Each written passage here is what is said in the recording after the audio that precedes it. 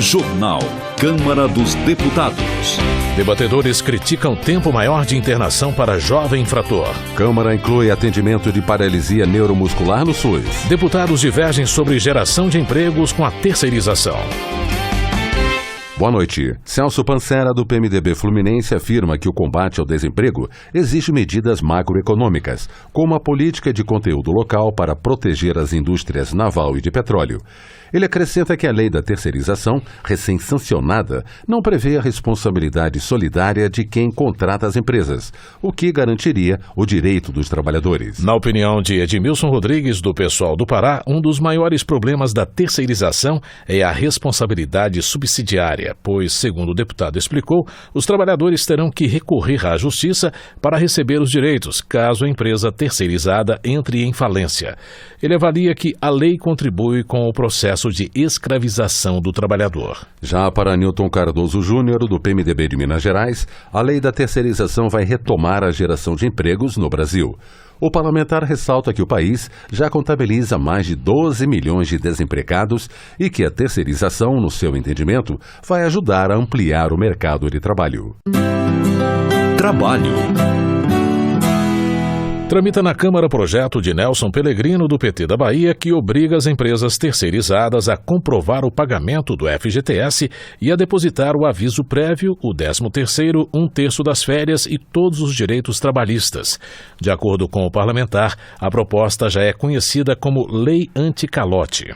Zé Geraldo, do PT do Pará, afirma que a Operação Lava Jato deixou mais de 1 milhão de desempregados, o que representa um duro golpe para a economia. Segundo ele, foram 740 mil demissões nas empreiteiras Odebrecht, Andrade Gutierrez, Camargo Correia, Engevix, Queiroz Galvão e UTC. No setor de óleo e gás, aproximadamente 440 mil pessoas foram demitidas. A Câmara analisa projeto que institui normas gerais sobre o desporto e dispõe sobre as condições especiais da atividade de treinador de futebol e do atleta profissional. Eliseu Dionísio, do PSDB de Mato Grosso do Sul, pede a aprovação da chamada Lei Caio Júnior, argumentando que todo trabalhador tem que exercer sua atividade com uma segurança mínima que garanta direitos e benefícios. Desenvolvimento regional. De acordo com Angelim, do PT, o Acre tem apresentado números significativos de desenvolvimento socioeconômico. Segundo o parlamentar, atualmente o estado está entre as 5 unidades da Federação do Brasil que mais cresceram nos últimos anos. Angelim afirma que, além do crescimento expressivo do PIB estadual, a taxa de desmatamento caiu, houve geração de pelo menos 136 mil novos empregos e o registro de um índice de desenvolvimento humano considerado alto. Para o deputado, a melhoria dos índices deve ser creditada às políticas de inclusão social e meio ambiente adotadas pelo governo acreano. André Amaral, do PMDB da Paraíba, critica a intenção da Prefeitura de Campina Grande de municipalizar o serviço de tratamento e abastecimento de água. Segundo ele, a iniciativa é injusta, uma vez que a população campinense vai receber as águas da transposição do Rio São Francisco, mas se nega a dividir o recurso natural com outras cidades. Na avaliação de André Amaral, a gestão da Companhia de Água e Esgotos da Paraíba tem sido eficaz. O deputado ainda parabeniza o governo estadual por não privatizar os serviços da empresa pública. Em reunião com representantes da Prefeitura de São Paulo, Roberto de Lucena, do PV, informou que a bancada paulista indicou emenda no valor de 50 milhões de reais para a saúde da capital. Ele elogiou a gestão municipal e afirmou que, em 3 meses, já foram criados vários programas e parcerias com a iniciativa privada para garantir que a máquina do Estado funcione com qualidade. Segundo Carlos Manato, do Solidariedade, a maior obra em execução no Espírito Santo, atualmente, é a construção do novo terminal de passageiros do aeroporto de Vitória, com um custo avaliado em 523 milhões de reais. Ele enfatiza que a obra está sendo realizada com recursos do governo federal por meio de emendas da bancada que representa o Estado na Câmara desde 2003. Após a entrega de parte do projeto de transposição do Rio São Francisco, Fábio Ramalho, do PMDB de Minas Gerais, espera que o governo federal priorize o programa de revitalização da bacia hidrográfica do São Francisco, que consiste na adoção de medidas que visam promover o uso sustentável dos recursos hídricos. Em visita a municípios catarinenses, Celso Maldaner, do PMDB, participou da inauguração do Centro Integrado de Desporto e Lazer em Arvoredo. Já na cidade de Irani, o parlamentar conheceu a região que foi berço da Guerra do Contestado em 1912. O deputado lamenta que o anfiteatro do município esteja inacabado, local que, segundo ele, seria ideal para impulsionar o turismo na região. Agricultura. 34 mil agricultores de 76 municípios paraibanos vão receber o Garantia Safra 2015-2016 a partir da segunda quinzena de maio. Rômulo Gouveia, do PSD, comemora a notícia e ressalta o empenho da Secretaria de Agricultura Familiar e do Desenvolvimento Agrário para resolver o problema dos produtores rurais da Paraíba. O benefício Garantia Safra é concedido a produtores cadastrados no programa e que tenham perdido pelo menos 50% da produção agrícola devido à seca. De acordo com Rômulo Gouveia, estes 34 mil agricultores tiveram seus recursos bloqueados por um erro que já foi devidamente corrigido. Renato Molin, do PP Gaúcho, elogia a atuação do Ministério da Agricultura diante da operação da Polícia Federal, que investiga irregularidades nos frigoríficos de todo o país. Para o deputado, a investigação deve ser feita com cautela, já que o Brasil conta com empresas sérias e que trabalham com qualidade. Jones Martins, do PMDB Gaúcho, critica a espetacularização da Operação Carne Fraca e defende que o cidadão tenha a garantia de que está consumindo um produto de qualidade. De acordo com o deputado, o Brasil tem certificação internacional para a produção de carne e é, inclusive, inspecionado por órgãos estrangeiros. Meio Ambiente. Em referência ao Dia Mundial da Água, Robinson Almeida, do PT, destacou a realização de mais uma edição do Grito da Água na cidade de Salvador pela preservação dos recursos hídricos e do meio ambiente. Ele ainda elogiou o governo da Bahia por investir em saneamento básico, abastecimento e infraestrutura. Também em homenagem ao Dia Mundial da Água, Leonardo Monteiro, do PT de Minas Gerais, ressalta a necessidade de se fazer um esforço conjunto para recuperar os estados atingidos pelo desastre de Mariana, que contaminou toda a bacia do Rio Doce. Tenente Lúcio, do PSB, denuncia pesca predatória com arpão, apneia e escafandro no município de Nova Ponte, Minas Gerais. Ele argumenta que a prática está eliminando matrizes de dourado, pintado e peixes quase em extinção no estado. O parlamentar pede ao IBAMA e ao Instituto Estadual de Florestas que fiscalizem não só Nova Ponte, mas todo o estado mineiro. Educação. O Ministério da Educação apresentou nesta quinta-feira a Base Nacional Comum Curricular. De acordo com a professora Dorinha Seabra Rezende, do Democratas Tocantinense, esta é a primeira vez que o Brasil terá um parâmetro para definir conteúdos, habilidades e competências que deverão ser adotados em todo o país. O texto entregue ao Conselho Nacional de Educação, segundo a professora Dorinha Seabra Rezende, vai permitir que municípios e estados construam currículos próprios, a partir da base nacional e de um padrão único de conhecimento. Ela observa que um dos grandes desafios do país hoje é oferecer condições de igualdade para a aprendizagem de crianças e jovens. O governo do Rio de Janeiro deve 350 milhões de reais à Universidade Estadual. Haroldo de Oliveira, do PSC, registra que a instituição não tem condições de pagar por serviços básicos de manutenção, como limpeza e iluminação, nem o salário dos funcionários. O resultado, segundo o parlamentar, são 30 mil alunos prejudicados e sem previsão de voltar à sala de aula. Saúde.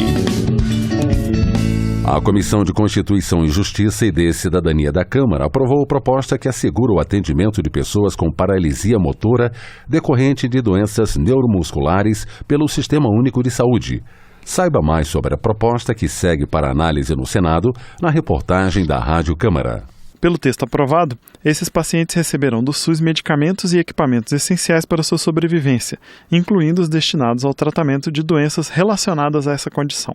O texto original da proposta é da deputada Mara Gabrilli, do PSDB de São Paulo, e foi modificado pelas comissões para sua versão final. O projeto original garantia prioridade no atendimento pelo SUS a pessoas acometidas por doenças neuromusculares com paralisia motora. No entanto, os deputados acharam melhor não determinar previamente em lei que o paciente deverá ser priorizado, sem a análise particular de cada caso. O relator da proposta, deputado Esperidião Amin, do PP de Santa Catarina, defendeu a importância do tema.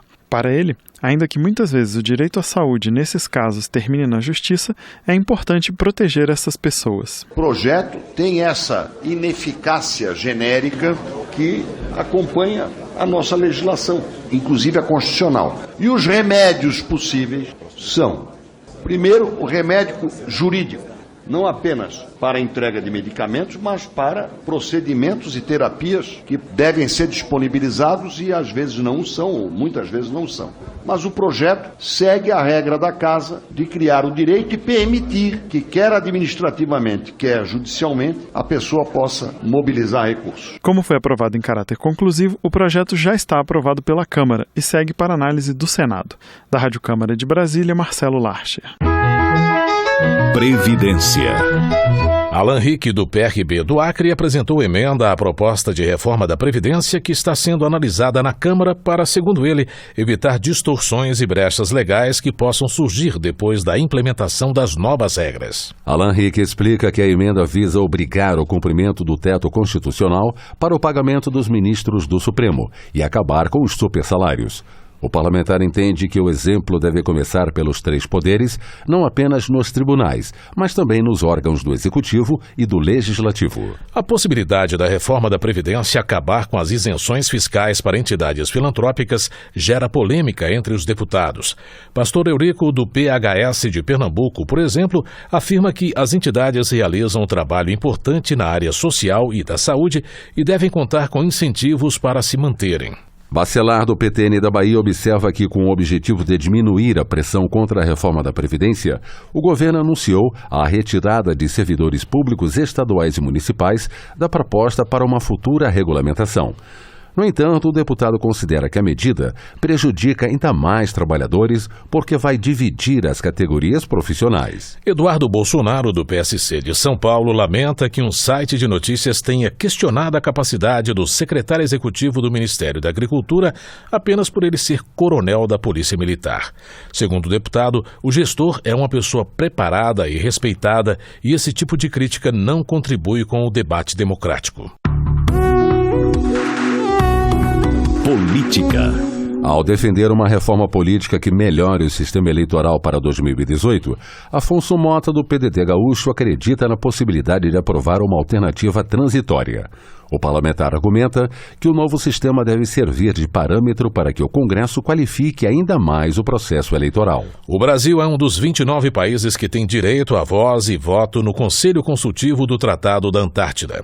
João Moraes, do PCdoB mineiro, elogiou o trabalho desenvolvido pelos cientistas brasileiros no continente antártico e pediu mais apoio do governo para liberar recursos e viabilizar bolsas de pesquisas pelo CNPq. Wellington Prado, do PMB de Minas Gerais, enfatiza que não vai votar a favor de nenhuma proposta que retire direitos dos trabalhadores. O parlamentar antecipa que também é contra projetos que aumentem impostos e que prejudiquem os contribuintes. Wellington Prado sugere ainda que seja instalada uma constituinte exclusiva para tratar da reforma política. Ele também defende que sejam realizadas novas eleições para que seja estabelecido o equilíbrio constitucional no país. Segurança Pública. Em audiência no Ministério da Justiça, a Frente Parlamentar da Segurança Pública cobrou uma pauta positiva para o setor. Coordenadora do colegiado, Alberto Fraga, do Democratas do Distrito Federal, frisa que o país passa por problemas graves e que a parceria entre a Frente e o Ministério é importante para desenvolver ações de combate à criminalidade. Lincoln Portela, do PRB de Minas Gerais, também participou da reunião no Ministério da Justiça e destaca que a segurança pública deve ser tratada como política de Estado.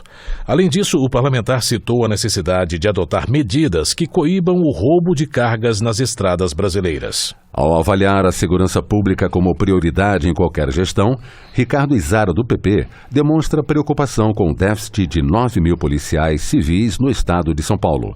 Ele defende reforços para a Polícia Civil, com a nomeação de 918 aprovados no concurso realizado em 2013. O governo do Acre abriu edital de concurso para quase 250 cargos da Polícia Civil, sendo 176 vagas para agentes, 20 para delegados e 36 para escrivães.